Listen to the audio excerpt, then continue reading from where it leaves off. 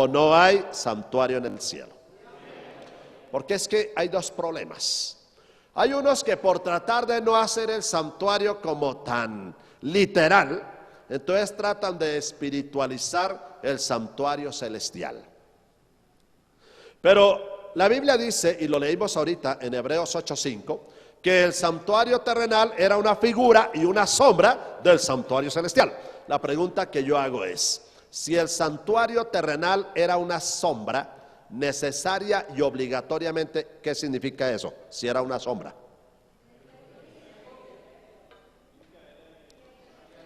Si hay una sombra, yo estoy viendo allá mi sombra. Si hay una sombra, ¿qué tiene que haber? Una realidad que proyecte esa sombra. ¿Qué tal yo mirar aquí la sombra de este pizarrón, de este tablero? Ahí estoy viendo la sombra. Y cuando volteé a mirar, no hay tablero. Eso es imposible. Eso es imposible. Si hay sombra, es porque hay algo real. O si no, no puede haber sombra. Si el santuario terrenal era una sombra, necesariamente ¿qué tiene que haber? Un santuario celestial. ¿Sí me hago entender, verdad? ¿Quién hizo el santuario terrenal? Moisés, Salomón, bueno, etcétera. Pero vamos a ver qué dice Hebreos 8, 1 y 2. Hebreos capítulo 8, 1 y 2 dice, mire bien lo que dice. Ahora bien, el punto principal de lo que venimos diciendo es que tenemos tal sumo sacerdote, el cual se sentó a la diestra del trono de la majestad en los cielos. 2. Ministro del santuario y de aquel que verdadero tabernáculo que levantó el Señor y no el hombre. ¿Qué quiere decir verdadero tabernáculo? Que el del desierto era falso. Que el verdadero es el real. El terrenal era una sombra. Por ejemplo, los corderos eran reales, ¿sí o no? Pero ¿a quién señalaban los corderos? A Cristo. Entonces Cristo es la realidad. No importa que el cordero sea real, es un animal de 4 patas de lana. Sin embargo, el cordero no podía salvar, ni el macho cabrío. Eran animales reales, pero ¿a quién representaban? Al verdadero cordero. No quiere decir que los animalitos fueran falsos. El animal era real y la simbología a la que apuntaban era algo muy real, pero el verdadero cumplimiento de todo era Cristo. Los corderos eran sombra. ¿Y quiénes ofrecían los corderos? Sacerdotes. Y los sacerdotes eran hombres reales de carne y hueso, pero su ministerio no era el verdadero, era una sombra. El verdadero es el ministerio de Cristo. Ahora yo les hago a usted la pregunta. Si los corderos eran tipo de Cristo y eran animales de verdad, si los sacerdotes eran tipo de Cristo y eran hombres de verdad, entonces el santuario terrenal era tipo del santuario celestial. Quiere decir que entonces el santuario celestial tiene que ser real. Si en el cielo no hay santuario, entonces la sombra del santuario terrenal, ¿a qué realidad prefiguraba? Me pregunto. Entonces yo podría decir lo siguiente: si no hay santuario terrenal, a quien el santuario, si no hay santuario celestial, a quien el santuario terrenal prefiguraba, entonces con esa misma autoridad yo podría decir, entonces Cristo allá en el cielo tampoco existe. Porque a quién apuntaban los corderos y a quién apuntaban los sacerdotes. Así como hay un sumo sacerdote real, ofreciendo un sacrificio real, así tiene que haber un santuario ¿qué? Real, un santuario real. Y hay que entender eso, hay que entender eso. Ahora, ¿cómo estaba formado el santuario? Ustedes de pronto van a ver unas figuritas allá, bueno, ahí van a ver así el santuario completico. Ustedes miran al borde, aquí rodeando como un inmenso patio, van a ver 20 columnas al norte y 20 columnas, aquí en la parte del sur 20, en la parte del norte 20, en la parte del frente 10 y en la parte de atrás 10, para un total de 60 columnas. Vamos a dejar la figurita ahí, pero yo me voy a ir ayudando aquí en el tablero. Otra vez me dejaron los marcadores que no sirven. Bueno, escuchen bien, escuchen bien. Tenemos 20 columnas al sur y 20 columnas al norte. Esas 20 columnas, vamos a ver si este nos retiñe. Es una figura rectangular. Es una figura rectangular. Ustedes la están viendo allá, por favor me van colocando atención aquí y nos vamos ayudando. Esta parte del norte tiene 20 columnas, esta parte del sur tiene 20 para 40, esta parte del occidente tiene 10 para 50 y aquí al frente hay 10 para un total de 60 columnas. ¿Cómo llamamos esto? ¿Cómo llamamos esto? Lo llamamos el atrio. En Éxodo 27, 9 al 19 se describe el atrio. Ahora, son 60 columnas. Hermanos queridos, una pregunta así rapidito. ¿Qué creen ustedes con qué creen ustedes que pueden estar relacionadas las columnas? Las columnas. Permítame leer un par de citas. Vamos al libro de Job capítulo 9, pero así rapidito, por favor. Job 9 y el versículo 6.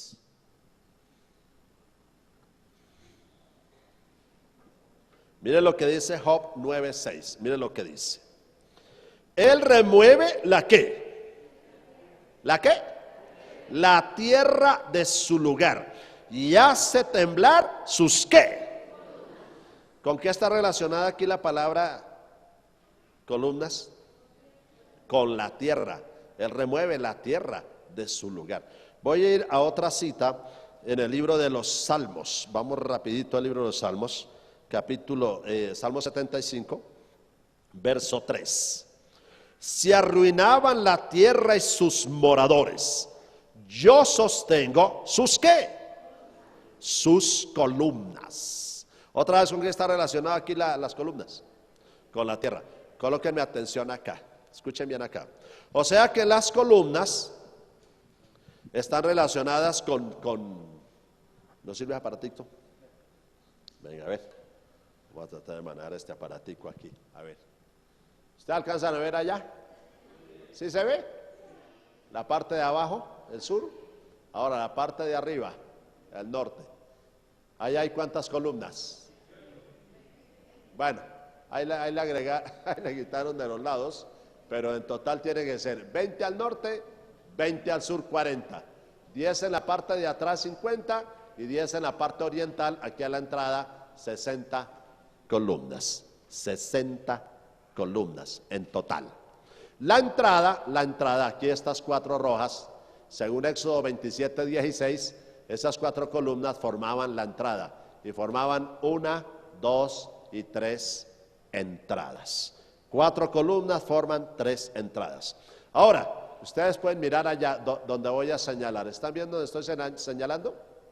1, 2, 3 y 4 ¿qué? Aquí 1, 2, 3 y ¿qué? Y 4 ángulos. Voy a ir a Apocalipsis 7:1, me imagino que ya llegaron allá. El libro de Apocalipsis capítulo 7 y el verso 1, mire lo que dice. Después de esto vi a 4 ángeles en pie sobre los ¿qué? 4 ¿qué? Ángulos de la tierra. Tenga la amabilidad y me colocan atención acá, atención acá. ¿Con qué están relacionadas las columnas? Con la tierra. Ahora encuentro 4 ángulos que representan los 4 ¿qué? Puntos cardinales, los 4 ángulos de la tierra. Ahora, la entrada estaba formada por 1, 2, 3, 4 columnas. Ese número 4, ¿con qué representa el 4 en la Biblia? 4. ¿Ustedes se acuerdan la parábola que Jesús compuso en Mateo 13, 1 al 8 de los 4 terrenos? ¿Sí se acuerdan? Parte de la semilla cayó ¿dónde? Sí, la parábola del sembrador, los 4 terrenos donde cayó la semilla. ¿Dónde cayó parte de la semilla? Sobre la tierra. ¿Vinieron las aves? Se la comieron. ¿Dónde cayó la otra semilla? Entre las piedras y creció pronto, pero como no tenía raíz profunda, se secó. ¿Dónde cayó la tercera semilla? entre los espinos. Noten que cada vez que Jesús nombra un terreno, parece que la semilla profundizó un poquito más. Pero el problema es que creció con espinos, y los espinos ¿la qué? O sea que esa duró más que los que cayeron entre las piedras. Puede ser que duren más tiempito en la iglesia, pero finalmente algo los ahoga y chao. Y el cuarto terreno, ¿dónde cayó? La cuarta semilla, ¿en cuál cayó? En buen terreno, y dio fruto, cual a 30, cual a 60, cual a 100 por uno. Escuchen esto, esos 4 terrenos representan la humanidad. Quiere decir que nosotros debemos ser alguno de esos 4 terrenos. O bien somos de los que no entendemos la palabra, o somos de los que duramos poco tiempo por emoción y luego nos vamos, o somos de los que duramos más tiempo, pero algún pecado, algún placer, alguna cosa, finalmente termina ahogando la palabra, o somos de los que perseveramos y damos fruto. El número 4 está relacionado con la humanidad, y al estar en la puerta de entrada, hombre, el Señor está haciendo su llamado a la humanidad, a entrar a toda la humanidad. Toda la humanidad tiene derecho a la salvación. Y esas 4 columnas forman 3 entraditas. ¿Con qué está relacionado el número 3? ¿Con quién está relacionado el número 3? Con Dios. Y por la puerta del medio entraban los pecadores con sus corderitos, con sus animalitos por el pecado. Mañana, si Dios quiere, vamos a estudiar eso. Jesús dice en San Juan 17, yo soy la puerta de las ovejas. El que por mí entrare será salvo. Y en Mateo 28, 19 se coloca en el medio, bautizando en nombre del Padre, del Hijo. Él es la puerta de entrada a la salvación. Ahora, cuando un israelita entraba al santuario, ¿cuál era el primer mueblecito que se encontraba aquí a la entrada? ¿Cuál era el primer mueble? Lo tenemos allá, altar de sacrificio. Ese era el primer mueble, según Éxodo 27, 1 al 8. Este altar estaba hecho de madera de acacia cubierto de bronce. Medía 5 codos, 2 metros 25 centímetros por cada lado. Era cuadrado. Medía 3 codos de alto, 1 metro 35 centímetros. Y en cada esquina, uy hermanos, esto que les voy a decir es fundamental. Fundamental. Mañana vamos a estudiarlo y Dios quiere por qué. En cada esquina tenía, ¿qué cosa? Un cuerno, 4 cuernos. Acuérdense que la simbología de los 4 cuernos de la división del imperio de Alejandro en Daniel 8 se representa con 4 cuernos. Acuérdense de eso. Aquí tenemos un cuerno, 2 cuernos, 3 cuernos, 4 cuernos en cada esquina. Ese es el primer mueble. Ahora llegamos al segundo mueble.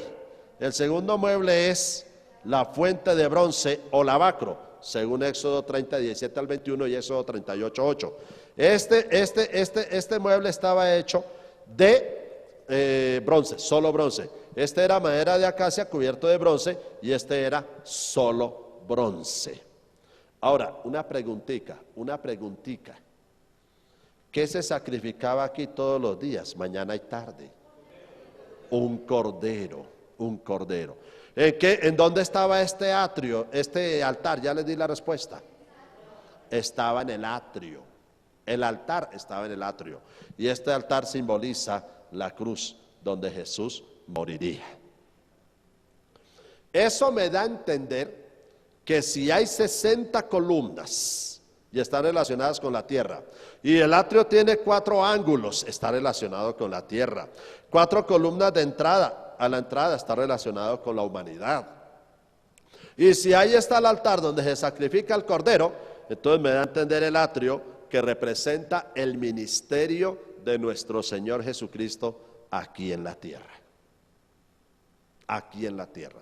Y ahorita lo vamos a confirmar cuando analicemos la simbología del lavacro.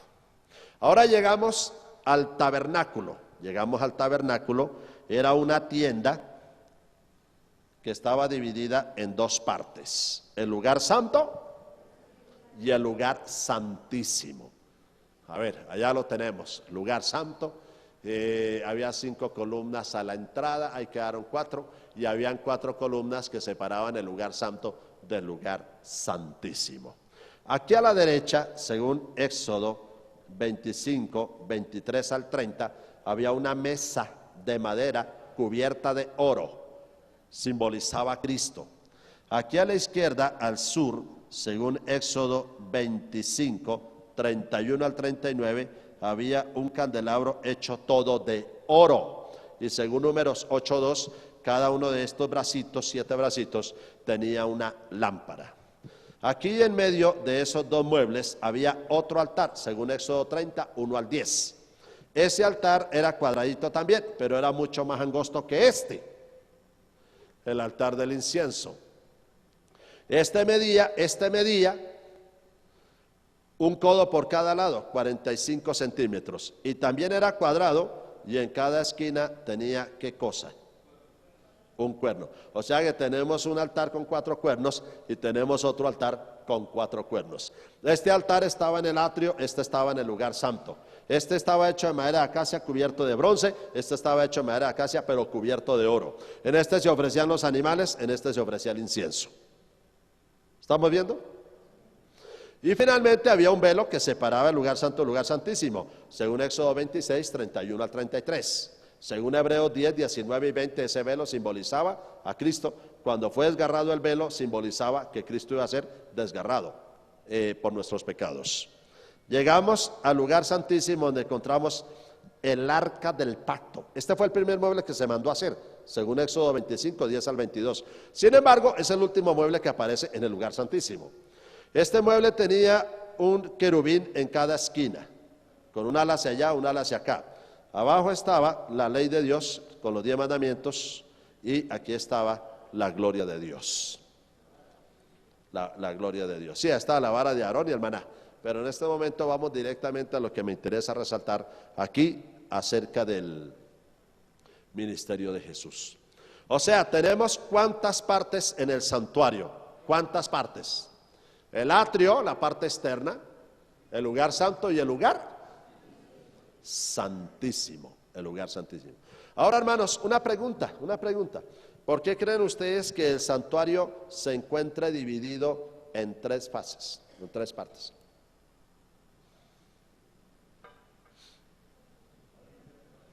¿Por qué razón? Debe ser porque el atrio representa la primera fase del ministerio de Cristo, o sea, su ministerio en la tierra. El lugar santo debe representar la segunda fase, cuando en el año 31 ascendió, se sentó a la diestra de Dios en el lugar santo. ¿Cuánto tiempo estuvo Cristo en el lugar santo con el Padre Celestial? Exactamente. Hagan la cuenta.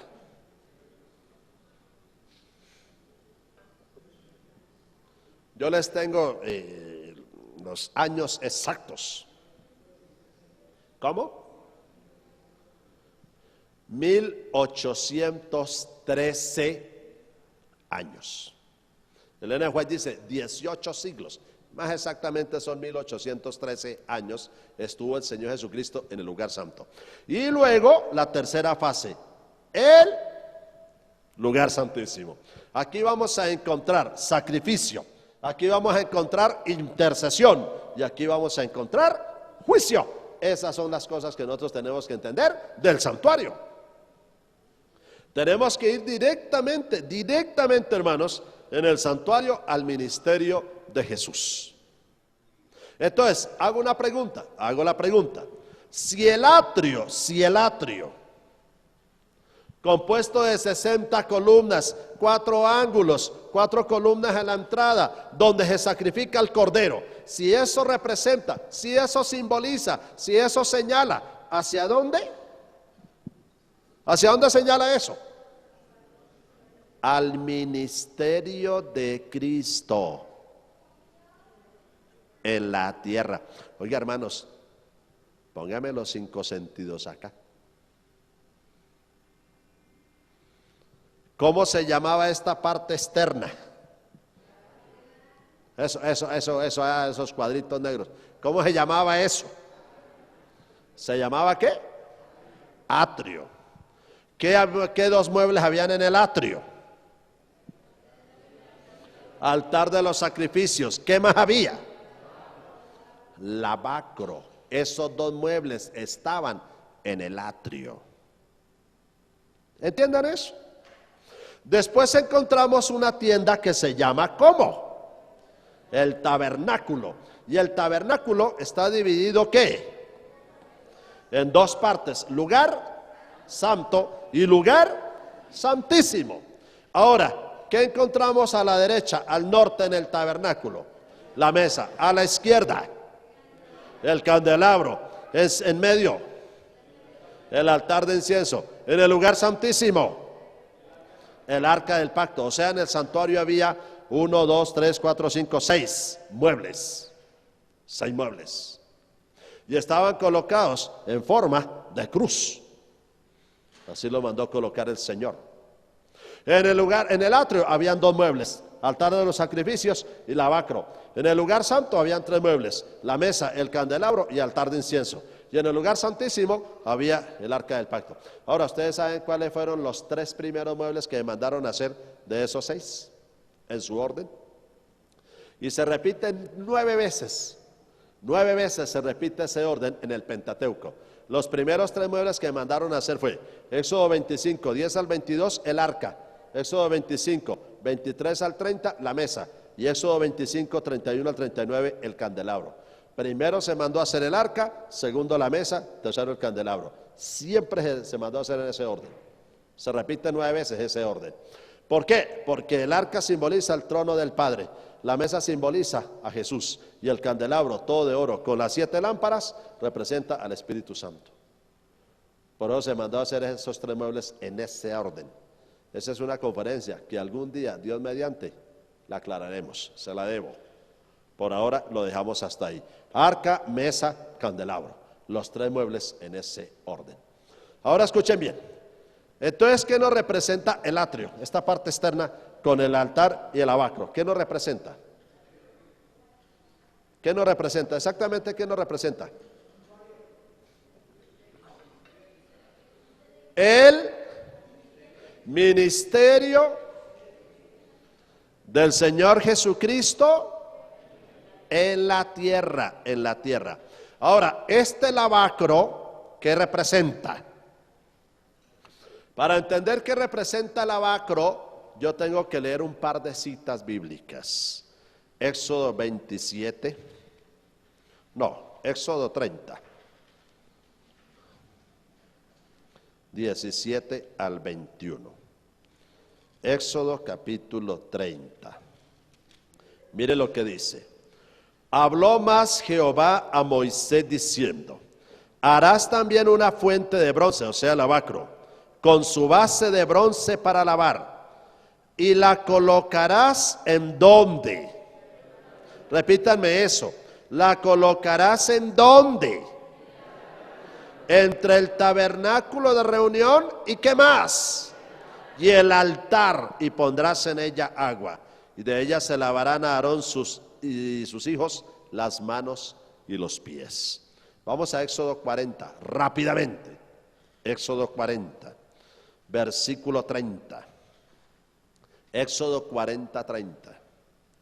Y puso la fuente entre el tabernáculo de reunión y el altar. ¿Dónde puso la fuente? Entre el tabernáculo de reunión y el altar. Y puso en ella agua para lavar. Y Moisés y Aarón y sus hijos lavaban en ella sus manos y sus pies. Me hacen el favor y me colocan atención acá. Escuchen. Colóquenme atención, escuchen lo que les voy a preguntar. ¿Cómo dice el texto? Escuchen. ¿Cómo dice el texto? ¿Puso la fuente entre el altar y el tabernáculo o puso la fuente entre el tabernáculo y el altar? ¿Cómo dice? ¿Cómo dice? Puso la fuente entre el tabernáculo y ¿qué cosa? Y el altar. Ahí puso la fuente, entre el tabernáculo y el altar. Ustedes dirán, bueno, y si dijera puso la fuente entre el altar y el tabernáculo, ¿qué diferencia tiene? ¿No es lo mismo? ¿No es igual 3 más 2 más 2 que 2 más 3? Sí, es igual, pero en este caso no. En este caso si dice, puso la fuente entre el tabernáculo y el altar, por algo debe ser. Ya les voy a decir por qué razón. Ahora, hermanos, pregunta. Si el atrio con sus 60 columnas, sus 4 ángulos, sus 4 columnas a la entrada, el altar de los sacrificios que simboliza el sacrificio de Cristo en la tierra, representa el ministerio de Cristo en la tierra. Entonces, ¿qué nos representará el tabernáculo, lugar santo y lugar santísimo? Si representa el ministerio celestial del Señor Jesucristo, ¿quiere decir entonces que el tabernáculo es símbolo del cielo? ¿Será? Vámonos al libro del Apocalipsis rapidísimo. Apocalipsis capítulo 1. Vamos a hacer un paseíto rapidito aquí por el libro de Apocalipsis. Desafortunadamente estos temas son bastante extensos y el tiempo es un enemigo terrible. Tengo que hacer aquí un recorrido así rapidito, hermanos. Escuchen lo que dice, cómo empieza Apocalipsis. Apocalipsis 1:4. Miren cómo dice: Juan, a las que a las 7 iglesias que están en Asia. Pasemos al 11. Yo soy el alfa y el omega, el primero y el último. Escribe en un libro lo que ves y envíalo a las 7 iglesias, otra vez repite, que están en Asia, otra vez repite Asia, a Éfeso, Esmirna, Pérgamo, Tiatira, Sardis, Filadelfia, Laodicea. Hermanos, una preguntica. El Apocalipsis originalmente se le envió a 7 iglesias, ¿sí es así? Y esas 7 iglesias representan 7 periodos. Éfeso va del año 31 al 100, Esmirna va del 100 al 313, Pérgamo del 313 al 538, Tiatira 538, 1517, Sardis, la iglesia de la Reforma Protestante, 1517 a 1798, Filadelfia, que es el despertar adventista, 1798 a 1844. Y la Odisea, ¿qué quiere decir la Odisea? La Odisea viene de una doble raíz griega, Laos Dikaios, pueblo del juicio, que es de 1844 hasta nuestros días. Ahí están los 7 periodos de las 7 iglesias. Y esas 7 iglesias, escuchen bien. Según Apocalipsis 1:4, Juan estaba en Asia cuando le dijo a las 7 iglesias. En el verso 11 las menciona a las 7: Éfeso, Esmirna, Pérgamo, Tiatira, Sardis, Filadelfia, Laodicea. Y dice: escribe en un libro, envíalo a las 7 iglesias. Pregunta: las 7 iglesias, ¿cuántos capítulos del Apocalipsis ocupan? ¿Cuántos capítulos del Apocalipsis? Apocalipsis está dividido en 6 secciones, 6. La primera sección son las 7 iglesias. En Apocalipsis 1:4 y 1:11 se nombran las 7 iglesias. En Apocalipsis 4 se le envía un mensaje a las primeras 4 iglesias. Y en Apocalipsis 3 se le envía un mensaje a las otras 3 iglesias. O sea que la visión de las 7 iglesias ocupan los primeros 3 capítulos de Apocalipsis. Ahora, ¿dónde estaba Juan cuando tuvo la visión de las 7 iglesias? Estaba en la tierra, estaba en Patmos, estaba en el Asia. ¿Me estoy haciendo entender? Sí, me estoy haciendo entender. Ahora, cuando Juan está en la tierra, en Apocalipsis 1:5 dice 2 palabras tremendas. Leamos Apocalipsis 1:5. Dice así: y de Jesucristo el testigo fiel, el primogénito de los muertos, el soberano de los reyes de la tierra, al que nos amó y nos ¿qué? ¿Y nos qué? Y nos lavó de nuestros pecados, ¿con qué? Con su sangre. ¿Cuáles 2 palabras son claves ahí relacionadas con el santuario en el atrio? Lavó. Y la otra, sangre. Y escuchen, ¿qué hacían los sacerdotes aquí? Se lavaban. ¿Y qué derramaban aquí? Sangre. ¿Y dónde estaban esos 2 muebles? En el atrio. Y Juan nombra los 2 muebles indirectamente. Lavó, está haciendo referencia al lavacro. Con su sangre está haciendo referencia al santuario, al altar de los sacrificios.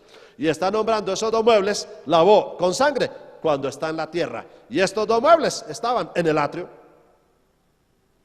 ¿Me estoy haciendo entender? Quiere decir que la primera visión de Apocalipsis parece estar estructurada alrededor de lo que Cristo hizo en esta tierra. Es más, en Apocalipsis 1:13 Juan dice que oyó una voz que hablaba y volteó a mirar la voz que hablaba y vuelto miró al Hijo del Hombre en medio de 7 candeleros de oro. Y luego dice en Apocalipsis 1:20 que los 7 candeleros son las 7 iglesias. O sea, lo que Cristo hizo aquí en la tierra, ser bautizado y morir, ahora repercute en su ministerio aquí en la tierra. Como quien dice, vino a la tierra, al atrio, murió, fue bautizado, murió. Luego de eso se fue al cielo a ofrecer su sangre por los que están aquí en la tierra. Y luego llegamos a la segunda sección de Apocalipsis, los 7 sellos. Y les voy a decir algo. ¿Dónde va a tener Juan la visión de los 7 sellos? ¿Dónde tuvo la visión de las 7 iglesias? En la tierra. Pero ¿dónde se va a desarrollar la visión de los 7 sellos? Apocalipsis 4:1. Vamos a Apocalipsis 4:1.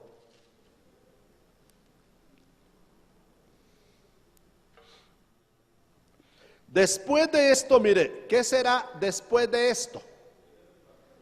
¿Qué es después de esto? ¿Después de qué? De los primeros 3 capítulos, o sea, después de la visión de las 7 iglesias. Miré aquí una puerta abierta en el cielo. ¿Una qué? Una puerta abierta en el cielo. Y la primera voz que oí como de trompeta hablando conmigo dijo, sube acá, y yo te mostraré las cosas que sucederán después de estas. Al instante yo estaba en el espíritu, he aquí un trono establecido en el cielo, y en el trono uno sentado. Hermanos, una preguntita. Ahora, ¿en dónde está Juan? Está en visión en el cielo. Es trasladado en visión de la tierra, ¿a dónde? Al cielo. Y les voy a decir algo. Cuando Juan subió al cielo, a partir de Apocalipsis 4, ¿qué vio? Voy a leer, no voy a leer todo lo que Juan vio. Voy a resaltar 4 cosas que Juan vio. ¿Está bien? Las voy a leer y después las miramos. Apocalipsis 4:2. He aquí un trono establecido en el cielo. Apocalipsis 4:5. Segundo, del trono salían relámpagos, truenos y voces, y delante del trono ardían 7 ¿qué? Lámparas de fuego. Ahora voy a Apocalipsis 8:3. Apocalipsis 8:3. Otro ángel vino y se paró ante el altar con un incensario de oro, y se le dio mucho incienso para añadirlo a las oraciones de todos los santos sobre el ¿qué?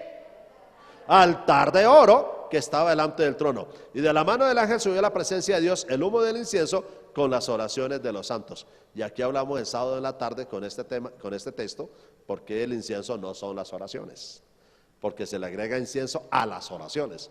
Si le agrega incienso a las oraciones, entonces el incienso es otra cosa. Y aquí lo estudiamos. La justicia perfecta de Cristo. Y la justicia perfecta de Cristo es la obediencia perfecta de Cristo. Es decir, la vida inmaculada de Jesús. La pureza de Jesús. Ese es el incienso. Voy a Apocalipsis 11:19. 11:19. Y el templo de Dios fue abierto en el cielo. Se habla de otra puerta que es abierta en el cielo. Y el arca de su pacto se veía ¿en dónde? ¿Se veía en dónde? En el templo. Tenga la amabilidad y me coloca atención acá. Colóqueme atención acá. Cuando Juan pasa de la tierra al cielo, lo primero que ve es una puerta abierta. Y había una puerta o un velo que separaba el lugar santo del atrio. Y cuando sube, ve un trono, ve 7 lámparas de fuego, ve un altar de oro y ve un arca del pacto. ¿Me están entendiendo? ¿Sí me están entendiendo? Repito, Apocalipsis 4, 3 y 4. No, 4, 2 al 4. Apocalipsis 4, un trono. Apocalipsis 4:5, 7 lámparas de fuego. Apocalipsis 8:3, un altar de oro, ese estaba cubierto de oro. Y Apocalipsis 11:19, el arca del pacto. Entonces hago la pregunta: si los muebles que estaban en el lugar santo y el lugar santísimo, en el santuario terrenal, Juan los contempla en el santuario celestial, entonces el lugar santo tiene que simbolizar el ministerio de Jesús en el cielo, y el lugar santísimo, la segunda fase del ministerio de Jesús en el cielo. ¿Me estoy haciendo entender? Quiere decir entonces que el tabernáculo me está representando ¿qué cosa? El ministerio de Cristo. ¿En dónde? En el cielo. El atrio, el ministerio de Cristo en la tierra. El lugar santo, el ministerio de Cristo. Y voy a colocar una fecha aquí. ¿En qué año fue que estudiamos anoche que Jesús fue bautizado? A los 3 años y medio fue ¿qué? Crucificado. En ese mismo año, al tercer día resucita, a los 40 días asciende al cielo en el año 31. Y ahí durará 1813 años hasta 1844. Y en 1844 pasará al lugar santísimo. Quiere decir, aquí encontramos el ministerio de Jesús terrenal, aquí encontramos la primera fase de Jesús en el santuario celestial, y aquí encontramos la segunda fase. Aquí está la primera fase del santuario celestial, segunda fase del santuario celestial. Aquí está su ministerio en la tierra, aquí está su primera fase en el lugar santo y la segunda fase en el lugar santísimo. Es decir, 1, 2, 3 partes del ministerio de Cristo en el santuario, que es donde está ahora, en el lugar santísimo, que es lo que vamos a estudiar a partir de mañana, si Dios quiere. Ahora, pregunta, ¿estamos entendiendo esto hasta aquí? ¿Sí estamos entendiendo el ministerio del santuario? Es que a veces hay hermanos que no entienden el santuario. ¿Saben por qué? Porque nosotros mismos nos ponemos a darle mucha vuelta. Y resulta, hermanos, que todo lo que se hacía en el santuario tenía que ver era ¿con qué? Con el ministerio de Cristo. Si hay corderos, es el sacrificio de Cristo. Si hay incienso, es la justicia de Cristo. Si hay sacrificio, es la muerte de Cristo. Si hay intercesión, es la intercesión de Cristo. Si hay lugar santísimo, hay un juicio en el cual está Cristo. O sea, todo esto hay que entenderlo como el ministerio de Cristo. Les voy a mostrar un símbolo impresionante aquí sobre eso. ¿Dónde era que estaba el lavacro? La fuente de bronce. Sí, pero se colocó entre qué y qué. Entre el tabernáculo de reunión y el altar de los sacrificios. Vuelvo y repito, ¿dónde se colocó? Pregunto, ¿se colocó entre el altar y el tabernáculo? No. ¿Se colocó dónde? Entre el tabernáculo y el altar. Si usted dirá, pues no es lo mismo. No, no es lo mismo, en este caso no. Y les voy a decir por qué no es lo mismo. ¿Qué nos simboliza el atrio? El ministerio de Jesús en la tierra. ¿Qué nos simboliza el tabernáculo, el lugar santo, el lugar santísimo? El ministerio de Cristo en el cielo. Si lo resumimos, podemos decir, el tabernáculo simboliza la tierra, el atrio simboliza la tierra, el tabernáculo simboliza el cielo. Entonces la pregunta es, ¿por qué está el lavacro entre el tabernáculo y el altar?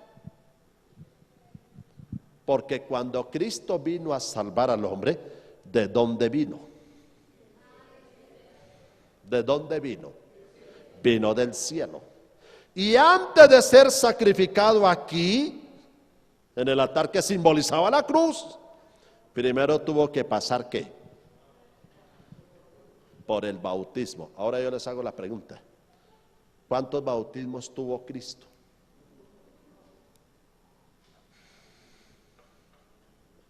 ¿Cuántos? ¿Cuántos bautismos tuvo Jesús? 1, 2. ¿Cuántos creen que 1? A ver, rápido, hermanos. Esta es época de encuestas, entonces encuestemos ahí. ¿Cuántos creen que un bautismo? A ver, bueno. ¿Cuántos creen que 2 bautismos? Ya, van ganando los de 2 bautismos. ¿Cuántos creen que 3?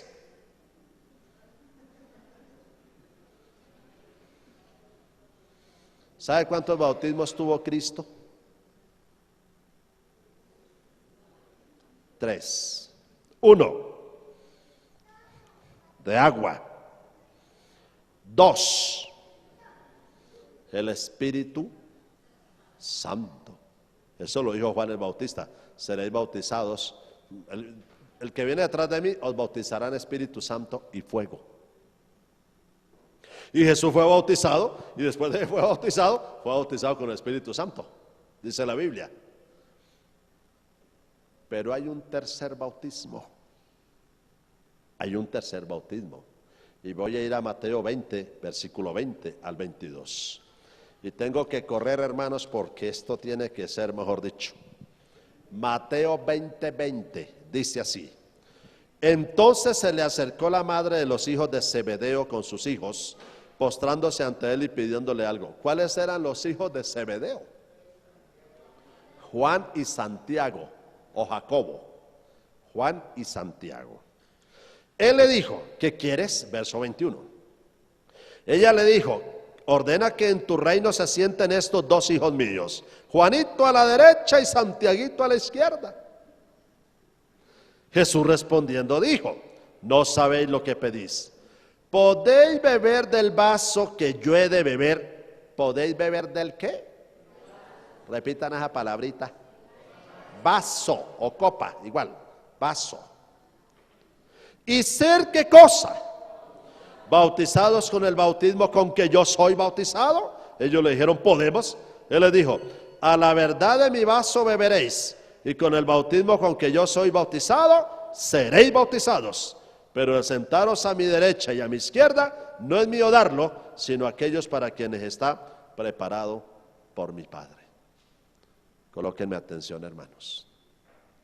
¿De qué bautismo estaba hablando aquí Jesús? ¿Podéis beber del vaso que yo he de beber y ser bautizados con el bautismo en que yo soy bautizado?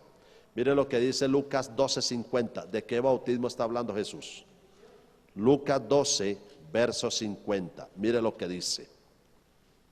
¿De un qué? Lucas 12:50. De un bautismo tengo que ser bautizado. ¿Y cómo me angustio? ¿Qué cosa? Hasta que se cumpla. O sea que está hablando de un bautismo ¿qué? De angustia. De un bautismo tengo que ser bautizado. Y ya había sido bautizado en agua y en espíritu. Sin embargo está hablando de un tercer bautismo. ¿Cómo me angustio? Hasta que se cumpla. ¿Estamos entendiendo eso? Ahora, para entender de qué bautismo estaba hablando Cristo aquí, tengo que buscar dónde están los hijos de Zebedeo. Tengo que buscar dónde está el vaso o la copa, y tengo que buscar dónde está la angustia. Las tres cosas. Para entender de qué bautismo estaba hablando. Y para eso me voy a Mateo 26:36. Mateo capítulo 26, verso 36. San Mateo 26, verso 36.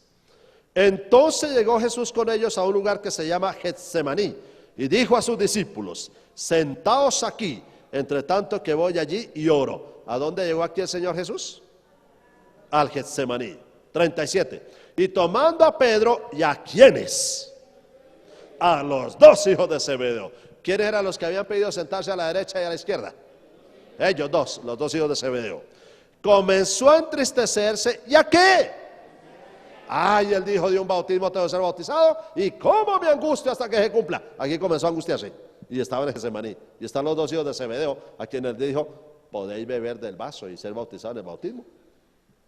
Y entonces dice en el verso 39, yendo un poco adelante se postró sobre su rostro orando diciendo, Padre mío, si es posible, pase de mí, ¿qué?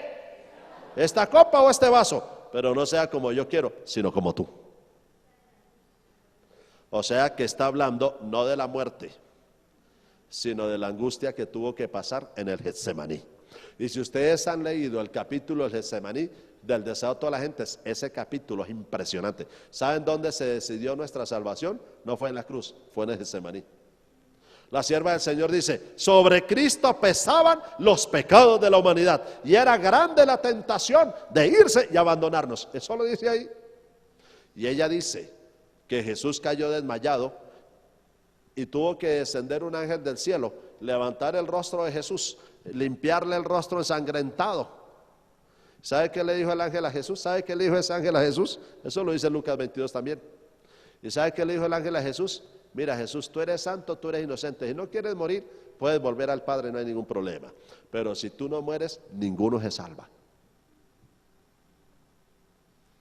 Por allá estaban ya Enoc y Moisés y Elías. Y les tocaba venir a meterse al hueco. ¿Y sabe qué dice la sierva del Señor? Cristo toma su decisión. Salvará al hombre, cueste lo que le cueste. O sea que nuestra salvación se decidió, ¿en dónde? En el Getsemaní. Ahí fue el tercer bautismo. Bautismo de angustia. ¿Cómo me angustio? Dice Lucas 12:50, hasta que se cumpla. Y escuchen esto, hermanos, escuchen. ¿De qué estaba hecho ese lavacro? ¿De qué estaba hecho el lavacro? Solo de bronce. ¿Qué representa el bronce? Voy a Jeremías 1, pero mejor dicho, ya llegué.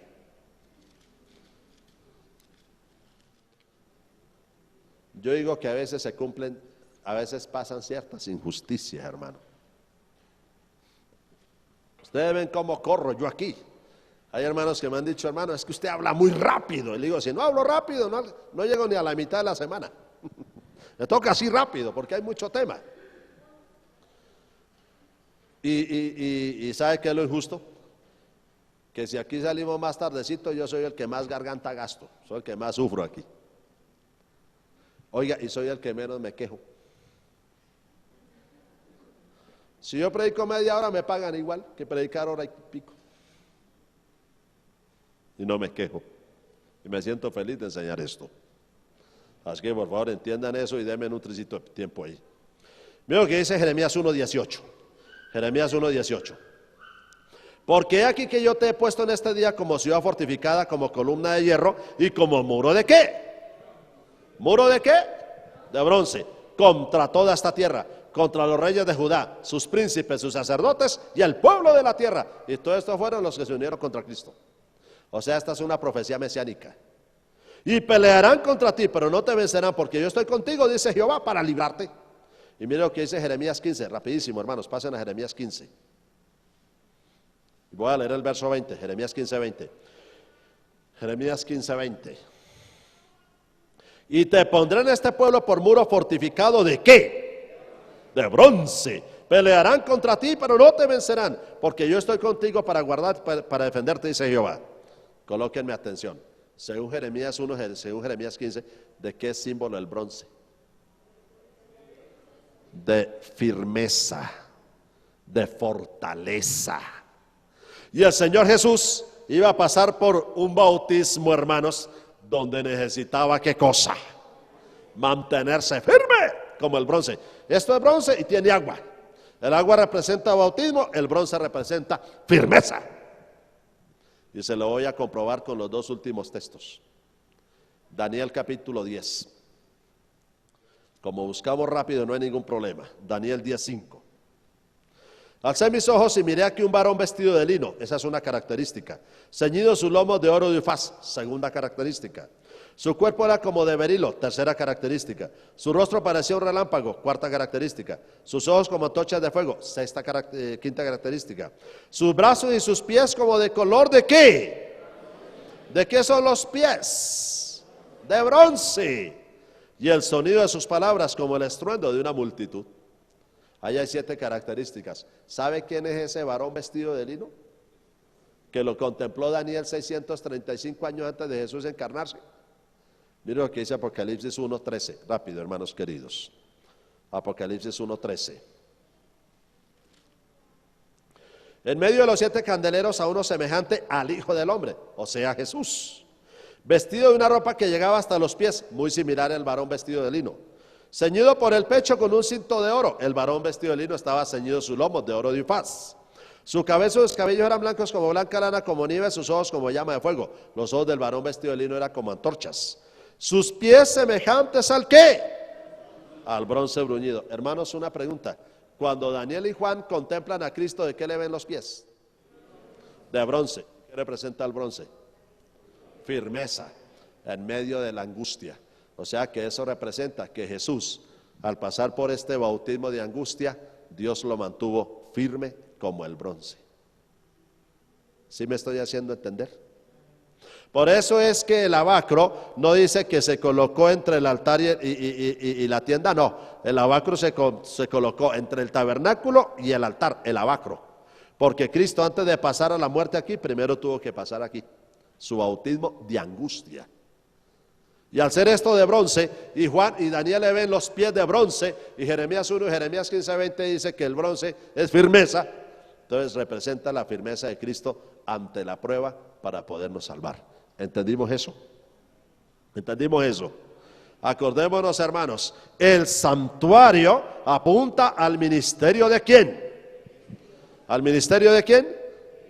Del Señor Jesucristo. Tenemos que estudiar el santuario para entender qué cosa, el ministerio del Señor Jesucristo. Si usted se pone a estudiar otras cosas por allá del santuario, por ahí alguien resultó dando una clase de que el santuario representaba el atrio, el cuerpo, el lugar santo, el estómago, y el lugar santísimo, la mente. ¿Quién dijo eso? ¿De dónde sacan eso? El santuario apunta al ministerio de Jesús. El atrio, su ministerio en la tierra. El lugar santo, su ministerio intercesor del año 31 a 1844. Y el lugar santísimo de 1844 hacia acá. Ahora, con esa información, así ya a grandes rasgos, es que mañana empezamos a analizar el ministerio del sacerdote. El ministerio a favor de los pecadores en ese santuario, porque no podemos entender el santuario celestial si no entendemos primero el santuario terrenal. Y yo hago la pregunta, ¿a cuánto les quedó claro esto? ¿Cuánto entendimos esto? ¿Cuánto estamos entendiendo que el ministerio del santuario apunta es al ministerio de Cristo? ¿Estamos entendiendo eso? Primero entendamos eso. Entendamos bien eso. ¿Cuántos entendemos que en el cielo hay un santuario? ¿Sí hay santuario o no hay santuario? ¿O qué dirán ustedes? De pronto la hermana le pega el codacito ahí al esposo. ¿Tú qué crees? Para mí que no. Hermanos, necesitamos entender esto, que el Señor nos ayude a entender estas grandes cosas. ¿Estamos contentos de comprender estas cosas? Esto es para el pueblo de Dios, y el pueblo de Dios debe aprovechar estas cosas. No hay preguntas, ¿verdad? En cuanto a esto, ¿quedó clarito? Vamos a cantar un himno, oramos, el pastor ora y salimos.